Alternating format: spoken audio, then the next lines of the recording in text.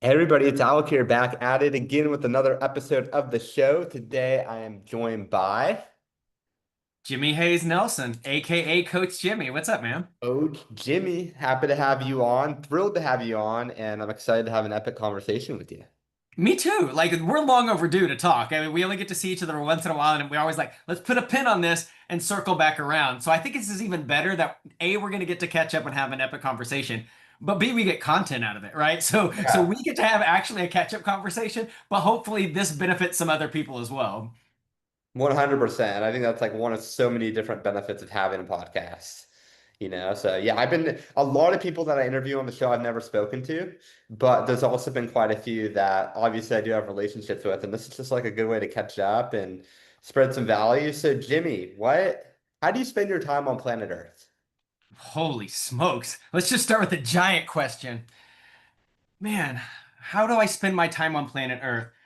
If I had to sum it up, and man, I'm just trying to get 1% better every time, at each moment by moment. And there are certain times where I feel like there are seasons where I've crushed that goal, and there are seasons where I've fallen very, very short of that goal. But I always think that's the goal. That's what you're striving to do. If I can get 1% better this hour than I was last hour, this day than I was yesterday, whether it's Mhm. when I talk to people and they meet this version of me and I remind them, man, I was like, I'm a former 100-pound overweight three-time college dropout. And they're like, oh, that's such a huge story. What was the big turning moment? And I said, I don't know that there was one. I think I'm just a accumulation of deciding one day, to start getting better, a little bit better every day because I didn't get to the negative side all at once. That was getting 1% worse every day. And so you look Yeah. up and you're like, oh man, how did I get here? And so when you try to flip that, I always encourage people, if you're not happy with where you are, it isn't about overhauling everything at once. Decide to get 1% every better and stack those. Yeah. No, that's really great advice. So Jimmy, on that note, I mean, I'm sure you have several comeback stories, but what is the comeback story that you'd like to talk about? I'm going to talk about the newest one. Okay. And so often, and a lot of your audience may not know me from Adam, and if you would love to know the man, how did this little fat kid from West Texas end up on some of the biggest stages in the world? That's a great story, and I'm super proud of it. Yeah. Um, I'm going to talk about the one that I've just been going through for the past a little over 12 months. Yeah. So just kind of a quick background, I lost 100 pounds and working with a company called Beachbody for 17 years. And most people know them as the P90X Insanity in-home fitness company. And I lost 100 pounds with them. And it's what sparked me initially to move from here in Dallas, where I am now, to New York City to pursue an acting career. And I never saw myself as a business person. I never saw myself getting into, I was just an actor or just an artist, Hmm. is the way I looked at it. And I moved up there, and my acting career, while I had some success, wasn't going the direction I wanted it to go. And that's about the time Beachbody went from being just an infomercial company to launching their affiliate. This was early affiliate marketing days, Yeah. 2007. And I had a friend that said, hey, I think you'd be really good at this. And what's really funny is the stories we tell ourselves sometime. I'm like, I'm not a salesperson, which I literally teach people how to sell through storytelling now. But at the time, Yeah. I didn't see the value in what I did because I didn't have a real degree or a real job. So I'm like, who am I to Yeah. talk to financial advisors or real estate agents or whatever? But I was like, okay, let me learn more about this. I was like, I'm really Mhm. passionate about this fitness thing. And I dipped a toe and I made a trip from New York City to LA, went to their first convention, and just kind of found my niche in there. Ended up being a cast member in the Insanity workouts, started Yeah. helping them. Every time they would open a new territory, they'd let me get on stage. I was in, and that's where I made this pivot from performer to public speaker to training other speakers or training other business people to build their Yeah. businesses. Yeah. Well, built that for 17 years. And it had become this really healthy passive income that allowed me to do other things. And at the end of last year, we were informed as a entire group that the company was pivoting. And those of us that had built that business and helped them build that business for 17 years, brought in customers, facilitated those customers, took care of those people, all of that was taken from us. Oh And wow. we found out in October that they were going to pivot and change the structure. And so that's sales teams I had built. That's thousands of customers I had helped facilitate and create relationships with. and they were going to move to an affiliate only model, but we weren't allowed to keep our customers. We weren't allowed to keep the teams that we help bring in and train and everything else. It was, Wow. you can stay, but you have to start from zero. And I never thought in my mid 40s I would be starting over. And it's crazy that we're talking about this today because we sit here right now, it's June 3rd. We're halfway into this year. So I am 6 months into this venture, and it's been quite the ride. Yeah. Okay. So interesting. So I don't know this about you. So basically, a lot of your income up until 6 months ago was basically through what's considered multi-level marketing. Yep, network marketing, affiliate marketing, however you want to label that, is exactly what it was. Is that how you made a lot of your money in your career then? Was doing this through Beachbody? Absolutely. It's part of my story. I talk about, I kind of dug myself out of about $80,000 worth of debt as a broke actor in New York twice, and then that's the only reason I ever started traveling internationally. Beachbody would open in France. They would send me over. I went to London. That's how I started seeing the world, was because of them and that opportunity. And I always tell people that network marketing, I think, is one of the most brilliant business models in the world and one of the most misunderstood business models Uh-huh. in the world because so many Yeah. people do it poorly. Yeah. Yeah, 100%. So, okay, so what do you think your biggest breakthrough has been? So, again, it's a big moment. You like lose a lot of your income 6 months ago. Since that 6 months, what do you think your biggest breakthrough has been since? Yeah, so I'm going to take you just a little bit before that 6 months. Now, here's the blessing in disguise. Because I had built it the right way, built up leaders, that business had really people say there's no such thing as passive income, and I was like, yes and no, because I had got that point to where I wasn't having to dominate my time with it. So, for the past 7 years, I had helped many friends in different companies basically teach workshops helping people write their keynote talks. Yeah. And again, what I was emceeing a lot of big events like the Aspire Tour with like thousands of people. Yeah. What I realized is I looked at this and I said, I'm really good at representing other people's stuff. If a Hmm. Beachbody, I didn't have to come up with the products or the pricing structure or anything like that. With these Yeah. workshops, a buddy of mine would kind of go sell them. I would facilitate and be the fulfillment. As an MC, my job is to edify each of the speakers and the offer. So I think the biggest shift for this was, okay, Jimmy, you've been doing this now while making a very healthy living. There is value in being a good edifier. I feel like it's a lost art form, to be real honest with you. But the Yeah. biggest shift for me was, instead of edifying other people and pointing to them and getting percentage of being a good edifier, it was time for me to advocate for myself. And that Mm. actually was a bigger shift than I thought it would be. My own products, my own pricing. What do I want it to look like? How do I want to do this differently than other story coaches or speaking coaches that I'd seen before? And it was, how do I differentiate myself? And I think that's been the biggest shift in the past 6 months, of even watching how this thing's evolved in 6 months from where I thought it was going to be to what it's turned into. Okay, cool. So yeah, because that's how when we initially met, I knew you as the keynote, helping people with their keynote speaker, that sort of thing. I just didn't realize there was also the MLM stuff that was before that. Okay, so Yeah. you've been helping people, build out their stories for that long, and now you're saying, "Hey, I need to do a better job of also marketing myself," kind of Right. at this time. So, what has that journey really looked like? Yeah. And so what I saw in, I guess you want to call it, the public speaking coaching arena. Yeah, I don't look at myself as just a public speaking coach, but let's just take this broad look at it. yeah. Whether it was masterminds I was a part of or helping facilitate other people's offers, this is what I kept seeing. I kept seeing there would be a webinar, or there'd be an event and something, and they would pitch this idea of building your talk or being a better storyteller or getting on stages to build a business. Great Hmm. model. But what was happening was we would be putting anywhere from 30 to 50 people, sometimes more, into a room Yeah. and for a price.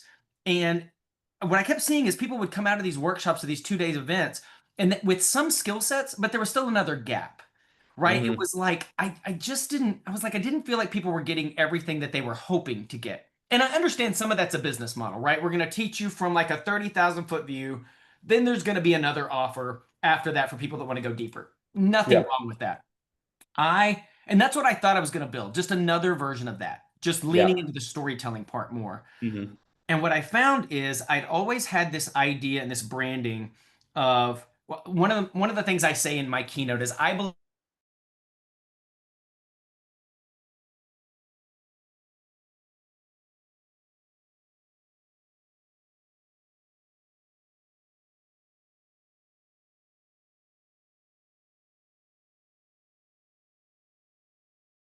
look like 20 to 50 people in a workshop where I'm trying to I could be talking to a real estate agent, a financial advisor, like four different, I could have Yeah. multiple different and I have to talk generically.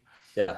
So so what if I created like a bespoke workshop? And that's what it was Hmm. going to be first. Just 10 people in a room here in Dallas, Texas at an elevated private club. Hmm. So I kept doing that and I'd speaking. And what started happening is we would find family offices, wealth managers, RIAs, people with different investment opportunities that would bring me and my business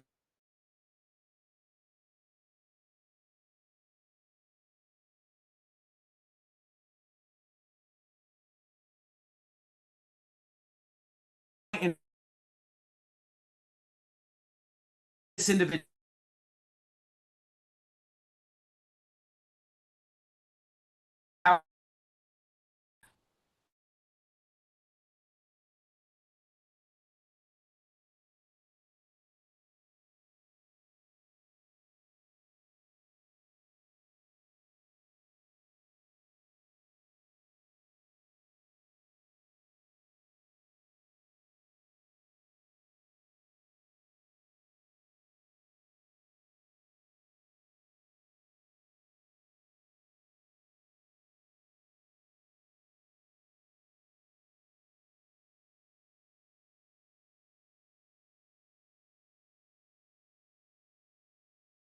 This ongoing acting class. And I Hmm. walked into the ongoing acting class and I got really intimidated because I recognized people in the class, people from like, oh, he's in a soap opera. I've seen him in a movie. And I just,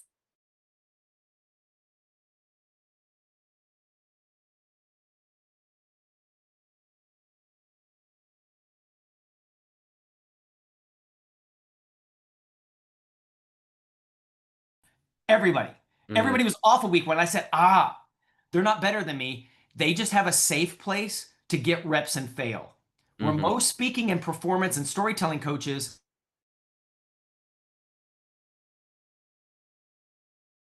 safe place to get better because you Hmm. don't get to skip being bad before you're good at this. And so I think that's the other thing I was like, this is what I'm offering my clients that's going to be different is we're going to build it. And that's step one. Then we're going to get reps because the last thing you want to do is tell that well-crafted story for the first time in front of your ideal audience. Story of my life.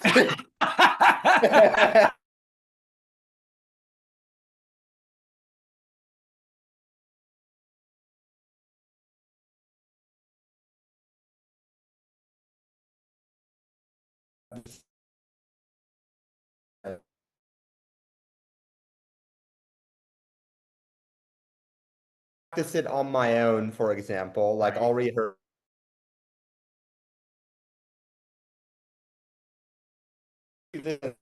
Yeah.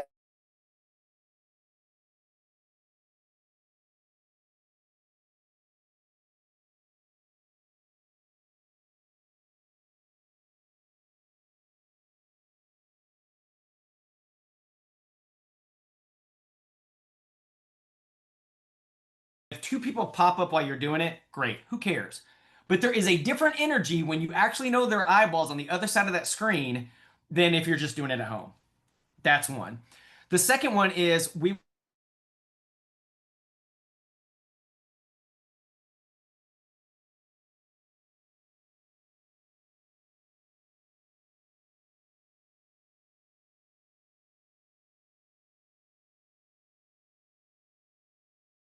45, you did this, and we watch it like game film. The Yeah. same way, like after an NFL game, the quarterback goes in the quarterback room and they go, hey, you missed that. Oh, this was a great pass. And it's not just to point bad things out. It's like, hey, because that I didn't plan to have that, but he's like, keep that. And I was like, that was just as valuable as being told the things I need to improve on.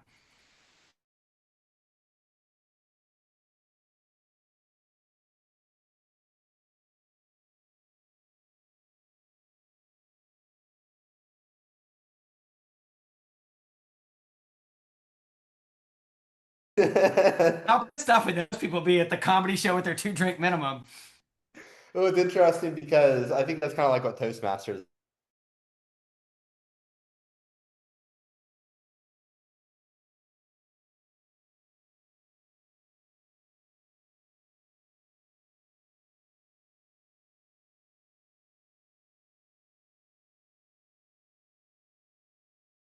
Invest in mineral rights in West Texas. Like it doesn't get more nichey than that. But he goes Yeah. to all these networking events. So the other thing is when we get done with our client, it's like, here's how you do it as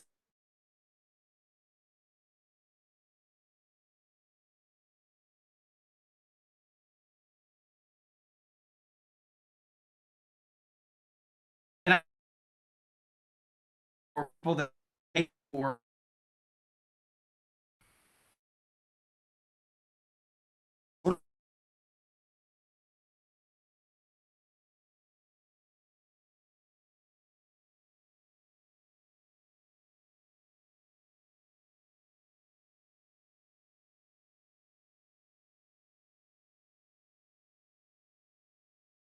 somebody goes, oh, I see what he does. Oh, I know why she does that. So it's pretty dramatic though. Like 6 months ago, being like, "Hey, I had to make like a pretty big pivot." How do you like lean on your faith in that period of time? Like, what are the types of conversations that you're having with God or a higher power or the people around you? Like, how do you gain clarity in a certain amount of time to pursue Yeah. what you feel is going to be aligned with what you want to do next? I had to, I was saying as we started this off with this 1% better, and there's times I'm good at this and there's times I suck at this. I had to go through a period of beating myself up initially of, oh, I should have seen this coming. I should have done this with my money. There was a bunch of shoulda, shoulda, shoulda, shoulda, shoulda. Yeah. And that conversation with God and was literally, hey, you already knew all those decisions I was going to make, whether they were good or bad or whatever. So me judging myself right now does me no good. Yeah. Right. And in the conversations I have with God, anytime I'm caught off guard, the conversation's always like, but you weren't. You're never caught. Like you knew this. I'm caught Mm. off guard. I'm panicky. Nothing surprises you. So Yeah. if nothing surprises you, that means you have a plan on the other side of this. Yeah. And it doesn't mean the fear goes away. It doesn't mean there weren't the nights where I was still would wake up in the middle of the night kind of and I've never been a guy that's really dealt with a lot of anxiety or anything. I have new empathy for those people that struggle with that because I don't know that I had a lot of empathy with people that told me they struggled with anxiety. I'd be like, just get over it. La la la. I was like, and so I've learned a lesson that part as well. I'm like, oh, you were kind of an insensitive, ass, dude. Like and Yeah. so I think God put me in that spot of like, look, this is what this feels like. And I was like, oh. But I think the conversations with God was just continue to lean on, okay, your timing's perfect. You have all these assets. The money, anything else, whatever I feel is lacking, you already have, and you've already said I have access to. So I just had to continue to go, okay, I've already received this win. And it's really funny how sometimes God will wait till like the 11th hour when it's absolutely necessary. And then it's like, okay, here you go. And you're like, oh. Because I had to just really, like, I had to lean back on, I was like, let me think of my history. When were other times I didn't know those times I moved to New York and I didn't know how I was making rent. Those times I was like, okay, well, I was taken care of then. Oh, that time that, the debt collector was calling and I didn't have the payment. Okay, well, I got through that because this and this happened. And so I would just go back through it's almost like the browser history of your life of when God showed up, and you're like, okay, the history says I've made it through this far. Now, did Yeah. I think I would be doing this all over again now? No. But if he's done it before, he'll show up again. And I think that's what I Yeah. kept leaning on. Yeah. Yeah. Thanks for sharing that. It's like,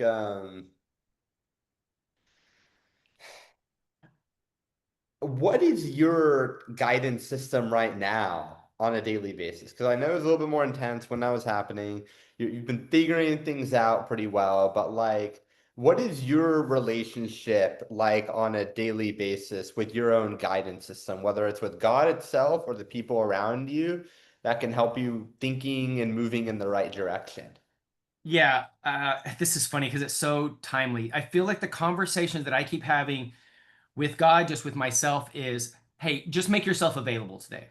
Make Hmm. yourself available today, and he's going to take it from here. A prayer I always say before I step on any stage, whether it's before I get on a podcast with you or Yeah. before I get on a stage of 8,000 people at Aspire Tour, I always say, do do your perfect work with this imperfect vessel. And it's that idea of one of my favorite Bible stories is the little kid with his fish and loaves. And I was like, I'm gonna bring you my little fish and loaves, and you're Hmm. gonna feed the multitude. I'm like, this is what I got today. Even if I'm like beat myself up, even if I made mistakes that week, I just go, Yeah. cool. I could have done everything wrong this week.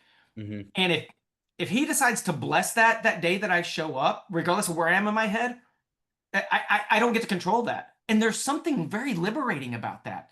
Yeah. Because so many times we're like, oh, am I prepped? Am I good enough? Am I whatever? Oh, I messed this up yesterday. That doesn't matter. As long as you Yeah. make yourself available, the anointing, and this is the cool thing, I don't get to take credit for it either. So if I don't have to beat myself up over it because there's grace, I also don't get to get an ego about it because I know I wasn't the one that came through there either. It was a gift I was given that Yeah. he facilitated through me. Yeah. Everything serves. And that Yeah. can be so hard to understand in the moment, especially Yeah. when you do want to beat yourself up about something like, Oh, oh, yeah. I get And we myself all in. do. All do. Yeah. Yeah. Oh, what was my next question going to be? But yeah, I think it's all for people that are going through a hard time, and it might be hard for them to get up in the morning or do what they need to do because everybody's dealing with something. Right. People more Oh, than others, like especially as entrepreneurs, yeah. and things are happening, certain problems we didn't expect. I mean, God saw them, maybe we didn't see them, right? 'Cause that's how. Right. What's kind of what's your playbook, or at least a few things that you can share to get somebody thinking in a better headspace? Yeah. And you're so right about that. I've really realized as I got older, everybody has a silent secret battle you know nothing about. No Yeah, matter how much you think they have all their stuff together, you just don't know. Right. And it's just so easy, specifically in social media. Like, who knows? Nobody knows what's going on behind the scenes with people. but there's And always, uh and we yeah, all are getting better and better at hiding it, which isn't always great mentally, right? yeah, Because not everybody has that confidant or somebody that they can just go be honest with. And I've been blessed with some people that I could just literally have some breakdowns and be like, "Dude, I don't know, and yeah, it's but as far as things, give yourself some grace. And I this Jimmy a year ago wouldn't have said this. Jimmy a year ago was very rigid in this is my morning routine, this is this, fight through it. And yeah, I had to, and there have been people in my life I probably should go apologize to because I probably wasn't as empathetic. And yeah, I had to go, okay, there are different seasons in life, and there are times where we can give ourselves a little bit of grace. Now, yeah, on the other side of that, where I had to find myself was, okay, maybe the morning routine doesn't look the same. Maybe I'm not as disciplined right now. Maybe my workouts and my nutrition doesn't look the same. But as long as I keep coming kind of back to baseline. And so for me, the things that have been really good is every morning I try to start my day with something that speaks life into me. yeah, For a long time I always talk about I have this mantra where I have to attack my mind before my mind attacks me every morning. And one of the things I do, I know they say don't grab your phone.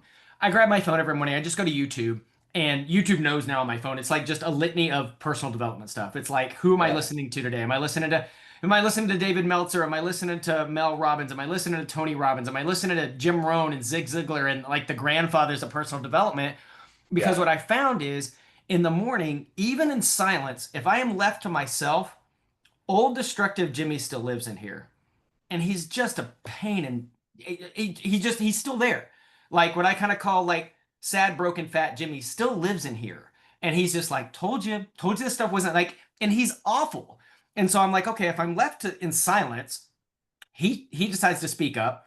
If I put on some news or whatever, that's terrible. I was like, but what can I have in my head where something's speaking life into me? If my job in life is to pour into other people, I have got to fill my bucket every morning that because I yeah, can't pour out of an empty vessel. yeah, yeah. No, that's great.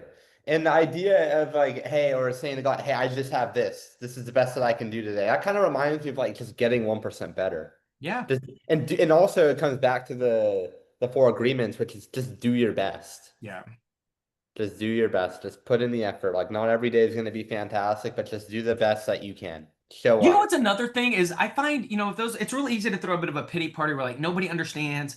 I wish I got more encouragement. And Yeah. it's one of those things that I used to talk about all the time and I was re-reminded of the Hmm. thing in your life you are lacking or you feel you're lacking or you wish you had more of, go give that. And it's hard sometimes because you're not going to be in the mood. But you're like, Yeah. gosh, I wish somebody, and I talk about like with our phones and stuff, there have never been more ways for us to communicate as a society, and we've never been worse at it. And what I've tried to do is if somebody runs across my head, it takes me 2 seconds. This morning, our mutual friend, David Meltzer, I knew he was speaking at Aspire this morning. Oh, Dave, Mhm. you know what? Kick ass today, Dave. It took me that long, but think of how you would feel if out of nowhere, somebody out of nowhere just texted you and like, hey, I was thinking about you, hope you're doing good. Like that could change someone's entire day. And so Yeah. I Yeah. started just challenging myself to say, okay, what are the things that I wish people would do? I wish more people would tell me how much they appreciate me. Okay, who have I not told that I appreciate lately that I've been taking for granted? And it's so I challenge myself to go, okay, if there's this idea of what you put into the world, you're going to get back. What you Yeah. reap, you will sow. Well, let's sow and reap. Let's go start sowing some things, and it is you kind of feel better because Yeah. there's all this outside stuff you can't control. I can control whether or not I encourage you today. Now somebody may go, Yeah. "Well, Jimmy, you did that just so you'll feel better." Maybe, That's maybe fine. that's fine, but that other person felt better too. And if that could Yeah. It's a just get the win-win. ball rolling with some momentum, I do not feel Yeah. bad about that. Yeah. Yeah. That's awesome. That's some really good advice. So, Jamie, last question for you. Let's say it's the end of your life. Oh, You've done geez. everything that you've wanted to do. Okay. However, there's nothing to show for it. It's all disappeared. However, you're blessed with this amazing piece of technology that allows you to talk to the entire world at one time, and you can share three truths, three things that you know to be true about the world around you. What are those things? Three truths. Your story is way more powerful than you give it credit for. You're too close to it. Um, you are absolutely enough right now. I Yeah. used to tell people it's not 50 pounds from now or $50,000 from now or 50,000 more followers. Like where you are right now, you can make all the difference in the world. And that's something I have struggled with and still do struggle with at times. Mhm. And I think the last one is don't let another day go by with your story inside you. The Instagram live, some little anecdote, because the minute you share even the simplest, stupidest story that you think has no value, if one other person goes, "Oh my gosh, you too? I thought I was the only one," Yeah. you've made a difference. Yeah. Tell you really connect. No, I love that, man. Really appreciate it. Where can the people find you? The best place for them to find me, you know what? If you want to know more at storytelling, just go to storywellcrafted.com. All of my tips and tricks are right there, and you get a full PDF at storywellcrafted.com. Amazing. And I know you're also on Instagram as At well. A lot of good the stuff. Coach Jimmy. Sweet. Jimmy, really appreciate it, man. Love this conversation. Awesome. Thanks for having me.